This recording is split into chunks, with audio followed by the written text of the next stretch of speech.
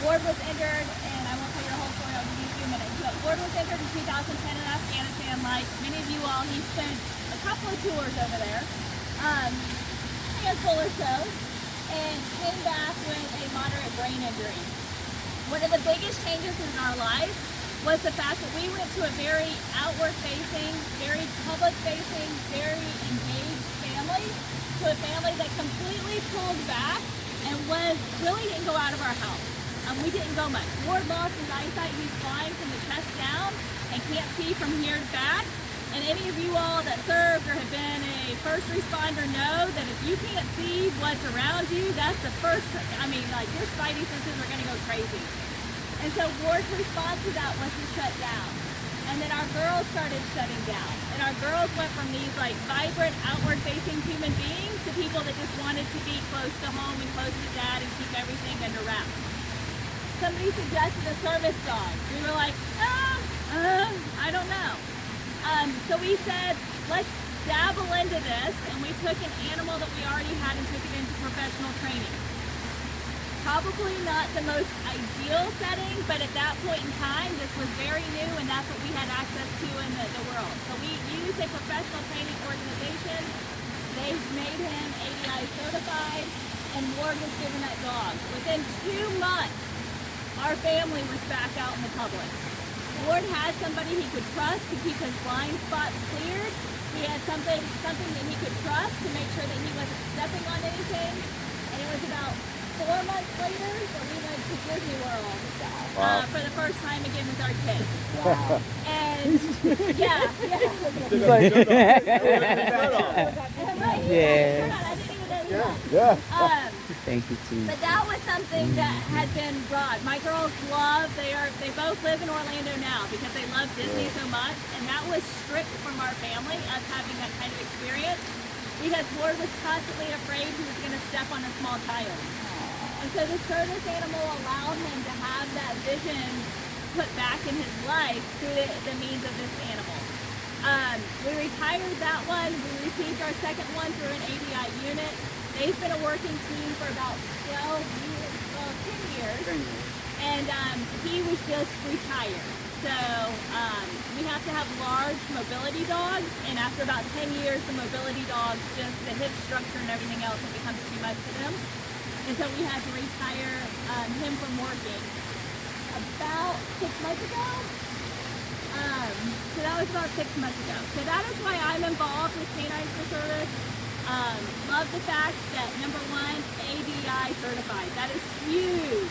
That means that there is a set of standards that these dogs are trained to follow, and they are treated like medical devices. Ward's dog was a prosthetic, according to the VA. That's what people don't even realize, is that these dogs become medical devices for their handlers.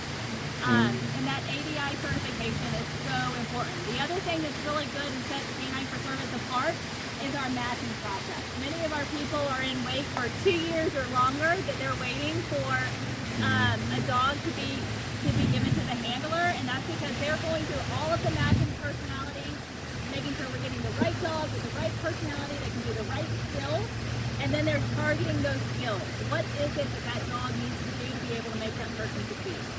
So, Ward, real quick, if you could just add any words that I might have missed to that. Sure. You everyone hear me okay? Yep. I'll try to use my military voice.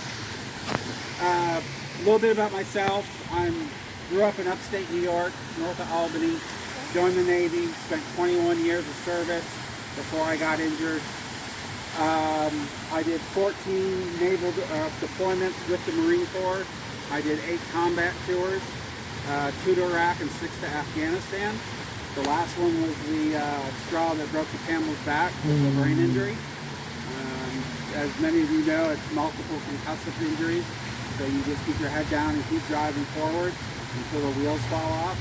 Well, that's what happened to me. I was at post-injury. I was basically trapped in my house. I was having some seizure issues, so I couldn't drive. I didn't want to go out in public because of some of the things Amy said. Frontal lobe injury, so that's your filter for your emotion regulation. So I was either very flat emotionally or if I got upset, I went from 0 to redlining like that. It really wasn't a PTSD issue for me, it was a brain injury issue. And so and I have vision problems, and as you know, you don't have someone always watching your six anymore. You need to still have that, and you don't have that vision. Things get a little more difficult to traverse. Your spidey senses are on high all the time. We got my first service dog. He was a Rhodesian Ridgeback. His name was Buddy. We had him before. We already had dogs in the house. We didn't want to add another one. We were still a little apprehensive about the whole service animal issue. And Buddy was awesome. We already had a relationship with each other. He actually was the one that picked up on my seizures. He would come and before I had a seizure, he would come and sit on my feet. So if I was standing, I literally couldn't move. Or if I was laying down, sitting down in a chair, he would come and get up in my lap. And I just kept bugging me, like, get off me, like, I need to get up. But we realized that he was actually picking up, without being trained, he was actually picking up on my seizure activity that was going on. He was great because he was trained that he would stand facing backwards whenever we stopped. And if someone was coming up behind me, he would bump me on the leg to let me know that someone was coming. Having dogs, a lot of people you always have dog people that always want to pet your dog. That becomes an issue because they'll distract the dog from doing his job. But what he did was, a lot of people would keep a circle. He got that vest and it gave me that buffer room being around people, especially in Disney World. I will say, if you ever around service dogs, always ask before if you want to pet them. A lot of them will let you. You just have to give a dog the command to know that it's okay. Disney World, little kids aren't the problem. It's the big kids that are the problem. Yeah. I've had some instances where they ask, you say no, and as they walk away, they do the drive-by. With the hot dog. Yeah. Wow. That's always fun. Or try to feed your dog. They don't ever do that. But yeah, it changed my life. I went from being basically a recluse in my house, feeling trapped, being a high-functioning individual. I forgot. So I did my 18 years out of my 21 years was with the Marine Corps. I served with Force Recon and then MARSOC when they stood up. I was a SART, if any of you know what that is. So I was in the medical field, and I was a doc, which leads me to my service dog I just retired. His name was Dr. Doolittle, because the Marines always tell Doc they don't do anything. Yeah. Doolittle. So I had my Dr. Doolittle that helped me out. Yeah, the biggest change is just being able to get out in public, being able to function. The effects that the injuries have on your family, a lot of people don't pay attention to that. And it weighs on me because knowing that it was affecting my children. They were withdrawing from being kids. You know, going out, didn't want to have friends over to the house because of me, not wanting to go out in public and do stuff because I really didn't want to go out in public. So having that service dog gave me the confidence that I could go out and function out in public. So that's really what the service dogs do in the big part. Is not only are they're your buddy, your doc, but also you have that emotional attachment. So when you need to get away, you have someone who can, your battle buddy, as we like to say. So. I will say Disney World wasn't the hardest beat. So because of the service dog, Ford also coached middle school girls basketball. And so Doc and Ward would be on the sidelines coaching basketball. I would say that was probably the biggest feat. The fact that he was dealing with middle school girls and a sport and a highly competitive environment. And able to regulate, keep up with everything that was going on, and be out in public in that environment. So parents looking at them, scrutinizing them, wanting to know every move, every question.